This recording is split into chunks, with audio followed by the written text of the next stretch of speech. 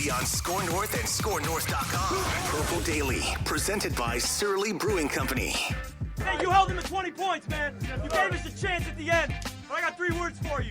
You like that?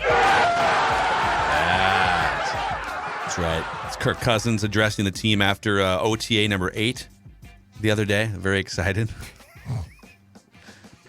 They're very fired up after that practice. That's funny. Yep. This is Daily Vikings entertainment on Purple Daily.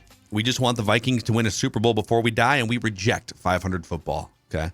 We're just kind of sick of the 8-9 win seasons. Just want to see 60 years. Just want to see the top of that mountain at some point here. And the show is presented by our friends at Surly Brewing Company and TCL, one of the world's best-selling consumer electronics brands, with a new lineup of award-winning TVs delivering the most entertainment with stunning resolution, all at an affordable cost.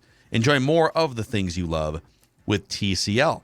A couple times a week, we take a dive into the comment section. Purple Daily reads the comments. You can always hit us up through the Score North app, which, by the way, all month on the Score North app, we're giving away a trip for 2 to see Minnesota and Miami square off in Week 6. We'll pick up the tickets and the travel. You pick up the white linen pant cost and the face paint cost. You just open up the Score North app, you register, and you enter through listener rewards. All right. And that is, to be clear, right, Phil? The professional teams from both those. Yeah, I should be clear. Yes, that is true. We just, for legal reasons, we got to be careful. But it's hilarious that you can't, for legal reasons, we can't be saying Sorry. So it's the team that wears purple against the team. I get it. Where's turquoise? Yes. Yeah. All right. Purple Daily reads the comments. You can always hit us up through the Score North app or through the comment section on YouTube, Twitter. We're always active. We're going to start with a poem here from Jens Claudius via the Score North app. He says, wrote a little poem for the boys. Poem for the meaning boys. Us. Yes. 3 great guys talking Minnesota Vikings. Too much hate on Kirk for some people's likings. Maybe it's true, maybe it's not. But we can all agree Declan is kind of hot. Wow, Jens. All right. Great hair. He's taken, ladies. He's taken. And guys. Very flat. I'm about to say, are we sure he's a guy? I don't know. Then there's Judd. He's just like a dad. His takes make you crazy, makes Joe Spinoza go mad. Number 1 Kirk fan. That's pretty good. That's really good, actually. He wishes, he hopes for, he wants to gain a Super Bowl trophy to wipe out the pain. At last, there is Mackie. His first name is Phil. He hates on Kirk Cousins. That's his daily thrill. He's still a good guy. He hopes for the best. His faith is still strong, though it's been put through some tests. Man, I missed Surly. They're the star of the show. The finest drink not coming from a big cow. But don't think too much. You might gain some weight. If that's the case, it's Livia, and it's not too late. Oh, my God. That's wow, great. Dude. That's wow, this is... I feel like we need more verses here, too. Wow. Jens Claudius, dude. Send more in. That's pretty good. That's yeah. All right, our guy Pulford Skoll here via the Score North app. He says, everyone's talking about how Justin Jefferson is going to be Cooper Kupp and fill that role now. But I can't help think, why not Thielen?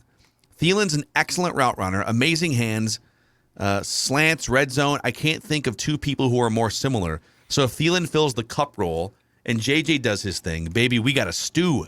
Thielen is a dog. What do you think? Do you think we're kind of sleeping on Thielen here? No, and here's why. So the Kupp role, in reality, is what keeps the defense as honest as possible. And so what the role entails basically is this: your most dangerous player offensively, from the receiver side, plays that role to draw things out. So if Thielen, I get what Pulford Skoll is saying, and it makes sense, but think of it this way: Jefferson's role pre-snap will be almost as important as his role post-snap, because he's the guy who's going to move around. If Thielen moves, I'm not saying he can't be good, but defenses aren't going to panic and say, oh my God, what's this guy doing, right? Mm-hmm. When Jefferson moves, just like with Kupp, it basically gives the quarterback and coaching staff every tell that they need. So that's the difference. Theoretically, once the play starts, what Pulford is saying makes perfect sense. They're thinking pre-snap, how do we draw everything out? They want the answers to the test before the number 2 pencils are picked up. Yeah, that makes a ton of sense. It's about Jefferson's their best receiver, just like Kupp was the best receiver. And so putting that guy in different spots where the defense has to adjust makes a ton of sense. I will say the fact that Adam Thielen in the Kubiak offense in 28 games, so he missed like a total of like 5 games or I think he missed a total of 5 or 6 games the last 2 years. Sure. Still had 24 touchdowns. Oh, he's a red zone magician now. So if he was getting that open with the antiquated scheme, which we're probably making too much of like it being an antiquated scheme, but this is going to be a much more pass friendly, receiver friendly scheme. Is he gonna go beyond that? Even he's been so good in the red zone. But to the general point, I think there is a big role for Adam Thielen here. I don't think he's gone over the age cliff yet, and he has found a way to be very resourceful on third down and in the red zone. Yes, and number one, most important, Kirk trusts him the most. So like Jefferson's great, can do a ton of things, but the reality is when Kirk panics, the one guy that he is always basically looks to as a threat is 19. Real quick here, just for fun. So Thielen caught 67 passes last year. Let's see here. Are we counting? Do we count touchdowns as first downs, or are they categorized separately? Like he had 37. I believe they are first. I think you're right. I think I looked that up a long time ago. I want to say you're right. So well, then maybe my theory's wrong here because he had 37 first downs and 10 touchdowns. If those are separate, just for fun, that means 70% of Thielen's catches went for touchdowns or first downs last year. Yeah, because that's the guy that Kirk trusts. Mm-hmm. And then in 2020, and again, maybe these are the same, but he had 52 first downs, 14 touchdowns. So that would be, 66? Yep. And he caught 74 passes divided by 74. 89% of his catches in 2020 were first downs or touchdowns. Maybe those numbers are duplicated. I don't know for sure. So, right. But yeah, the show is for entertainment purposes only. Okay. Go back to the catch that Thielen made from Cousins in Wednesday's OTA, which was a fantastic, like, one-handed red zone grab. O'Connell said after practice that was basically an improvised play. Yeah. So, again, that's where Kirk's at. Kirk's looking to him, and 18 should become as much of an option for that as 19. But right now, if you tell Kirk, okay, all hell is breaking loose and you have to make a play, Thielen's atop his list. Yeah. All right. David Nelson via YouTube said, Judd must be old. He just used the word druthers, and I like it. Don't have your idea? Yeah, what does druthers mean? What does that mean? If I had my druthers, I think it means if I had my, is it option is the best thing? My mom used that word a lot. So like if I had my druthers, I would do this. The definition is druthers, it's a noun, and it's a person's preference in a matter. Yep. If I had my druthers, if I had my preference in the matter, I would prefer to do this, to go to this restaurant. Yep. Okay. It's a good word. I'm going to start mixing in druthers more. No reason not to. Every day. Sure. Bring that word back. Mm-hmm. Let's see here. Curtis Harrison via the Score North app says, Vikings 12-5 or better. Write that down. That's how big of an impact the scheme will make with Kirk Cousins, who I believe took massive strides while the rest of the team went backwards last year. You could make a very good case that Kirk has taken some big steps the last couple of years, just late game situations. So that's a fair point. Stats may look good on paper, as you say, but I believe that goes for QBR, third down conversion, yards per attempt, etc. When we do a run tight end screen, that's not all on Kirk, and he's right. I don't think he's a Brady, Rodgers, Mahomes, Allen, but I truly think we're all going to be shocked this year with the new staff. I am not a Kirk stan because the last couple of years I was ready for him to be gone, but last year I think he took big strides, and now with the chemistry and the new coaching staff, there could be something building here. Yeah. That's a fair point. There's this ground of second tier quarterbacks that I don't know that he's a second tier quarterback yet. I think there's the top tier, and then there's Matthew Stafford has created kind of this second tier. Yeah. And I think he still has work to do to get into that, and maybe the scheme can help him do that. You got to have more success in playoff games. You got to win more than 9 games. I know that it's not all on you, but at some point you're in the league for 10 years. You got to have more of an influence on the overall winning record of a team. You've And got maybe to this is the year. You've got to take that Browns game and win it. Yeah. Like, that's the type of game where you say, okay, this is BS, guys. We are going to win. Here's how, here's why. Yep. And even, let me just pull up, because I think Matt Ryan's had a bunch of double-digit win seasons. When you're in your mid-30s as a quarterback and you've been starting for 7, 8, or more years, Kirk has one double-digit win season in his career. Matt Ryan, okay, who we've always put kind of in the similar area. 11, there's a 13-3, 10 wins, 13 wins, there's an 11, there's a 10. I mean, popped up, went to a Super Bowl at age 31. He hasn't always had perfect things around him, but can you take something that's not perfect and still win 11 or 12 games once? That's what we need to see here. My expectations are 1,000% tempered, not surprising. But I will say this. I am as curious as the next person about what these changes are going to mean. And it is, I think, for the players and the fan base as well, a breath of fresh air that there is a feeling that this now can have a chance to succeed. And if we're wrong about Kirk, it's not like we're going to say, well, I wish I was right. If this team wins, it's more fun for everybody. It's more profitable. Yeah. So yes, I agree. If this scheme and this coaching staff makes the difference that they obviously think they can, there is a higher ceiling than what Kirk has reached previously, which is statistical success, but definitely not the team success. Yeah. There's a couple more Kirk ones in here we're going to get to, but I'm going to need to collect myself before this next one, which is filled with criticism. So, Dex, talk about your favorite raceway here for a second for us. Tell the audience about Brainerd International Raceway. That's right. Brainerd International Raceway, June 17th and 18th. America's fastest drivers are coming to Minnesota with the No Prep Kings. And you're probably wondering, well, what the heck is the No Prep Kings? Well, they're moving off the street and onto a rough and relentless track. And no prep means that nothing has been done to this track to help the drivers out. So these roads are rough and untested. Cash prizes are on the line for these drivers. And it's a family experience up at Brainerd International Raceway. Kids 12 and under get in free. There's camping and ticket information at BIRMN.com.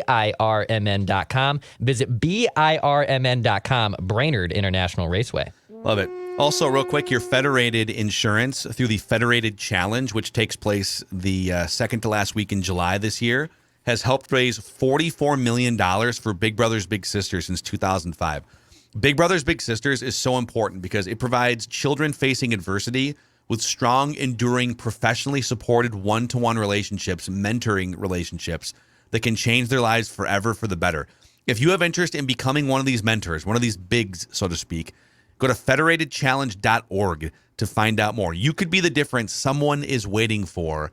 Maybe Sports Dad can get in the mix here and help mold a young child's life with cynicism and skepticism. It's life lessons is what I like to call it. All right, let's get to the next comment here from the YouTube channel. Ty Cox, one of the number one fans of our show, Ty Cox, always supporting us in the YouTube comment section. He says, of course Kirk is not going to give the guy who outspokenly despises him, Judd, and routinely attempts to assassinate his character the time of day. If he could, he would probably just simply ignore jaded Judd altogether, and I personally hope that he continues to give Judd BS answers to his stupid questions. Bwah, ha, ha, ha, ha. It's actually really funny. Yeah, he's exactly right. Like, no, but you said, Phil, immediately, he hates you. It's very clear. I asked Dawn the same question. She said, oh, yeah, he hates you. It's clear. So Ty Cox, you're exactly right. How do you feel being accused of assassinating Kirk's character? I think it's all in how you decide to frame how I talk about him, and you too, and Declan as well. I think that's strong, personally. But listen, if that's how Ty Cox feels, I'm not going to tell Ty Cox he's wrong. So, I mean, do I consider my opinions of Kirk to be character assassination? Maybe borderline at times.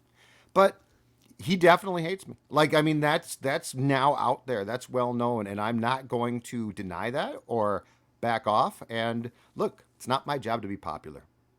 It's your job to get answers. It's your job to evaluate and entertain people. And I'm Sports Dad. I'm not supposed to be Kirk's friend.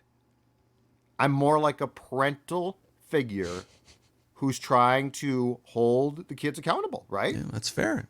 You've seen a lot of I Vikings don't need football more over the friends. years. I don't need more friends. Let me be very clear. In fact, I'm good. Sorry. Okay, so the breaking news here is Judd and Kirk Cousins probably won't be friends. Yeah. They probably And won't Kirk, be. and to be clear, I do not hate Kirk. Okay. Yeah, I think. Listen, I'm if disappointed sometimes. if Kirk has a chance to carve out whatever path and narrative he wants or he can in 2000, he's got.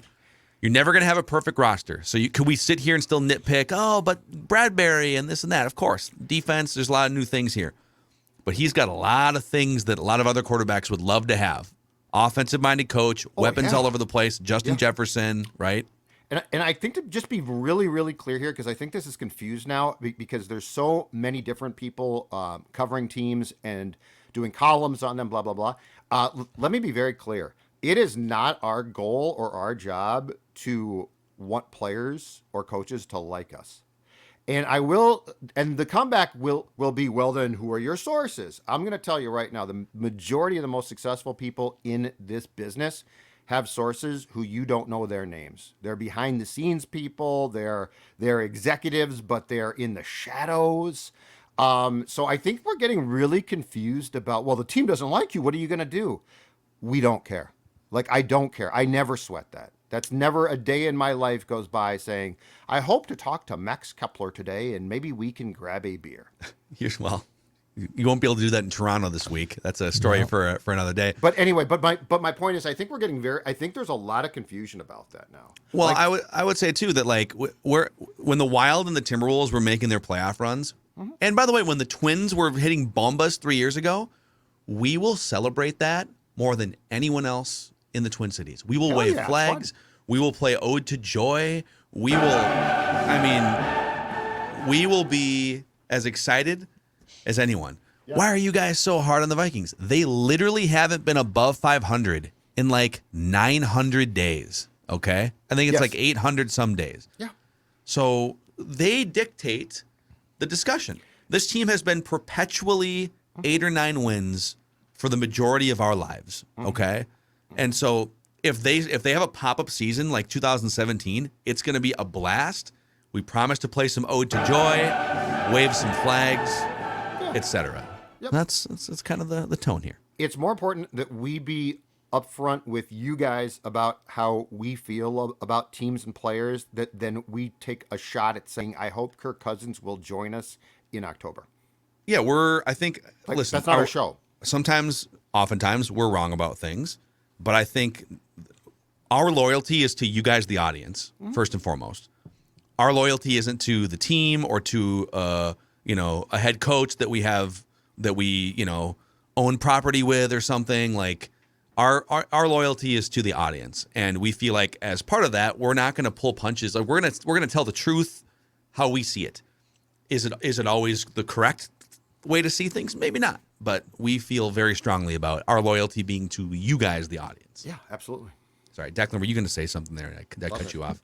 No, not at all. I think there is sometimes, though, a misconception, especially among my friends and people that, like, when you first kind of learn, like, oh, you're in the sports industry, it's like, what's this athlete like? Like, oh, are they fun? Are they cool? It's like, I don't know. And it also happens with media people, too. Like, oh, what's so-and-so from XYZ station like? Or what is so-and-so media members like? I don't really know. I have a job, they have a job. And I'm not really necessarily there to make friends. I'm there to do a job. And I think sometimes that just gets a little lost in the shuffle just because we have a very unique and cool job. Yeah. A couple more real quick here. Armando Jimenez via the YouTube channel. True or false, this upcoming season is likely the last and best opportunity for the Vikings to compete for a Super Bowl in the Kirk Cousins era of Vikings football without another extension. So I actually think next year might be, I think they're going to build something this year, ideally. And then the second year is when McVay went to the Super Bowl. It's when Harbaugh went to the Super Bowl. Sometimes you need that 2-year build, and that's part of the reason why they signed him to the extension. So I think it's a 2-year window with Kirk. I think that's very fair. And we'll see. And then Jason Meehan reacting to, we posted, or I should say reposted, we did a Minnesota Sports Rewind episode a few years ago on the Herschel Walker trade, and we posted it on Memorial Day as kind of a special Purple Rewind with Manny Hill was on that with Judd and me. And Jason says, hey, Phil, thanks for the Purple Daily Rewind. I've been a Vikings fan since I was 10 in 1989 when my favorite player on the Cowboys got traded to the Vikings. From there, I never left, even though Herschel did. I missed all the Super Bowl wins in the 90s being a previous Cowboys fan. Wow, he sold Cowboy stock. Bought Viking stock. No. No. Oh, man. Love the show. I listen every day. Thank you for entertaining me. A few weeks ago when I was in Greece, I saved episodes and watched 12 straight on a 9-hour flight. Jason, my God, dude, you sold Cowboy stock in the early It's like you were offered Apple stock in the early 80s or something, and you turned it down for I don't know, some other Radio Shack or something. But now he's awesome because he basically binge watched us on a trip to Greece. That's great. Exactly. Thank you. Judd, before we peace out here, what are you going to be drinking this weekend? Besides Folly. I know you're going to be drinking You know Folly what? I've been inspired. I have been inspired by the poem that led off this show. So allow me to give you a poem that I just wrote off the cuff about my favorite beer. Wow. Surly. You should never fear when a Surly is near. The summer of Surly, it's all about the beer.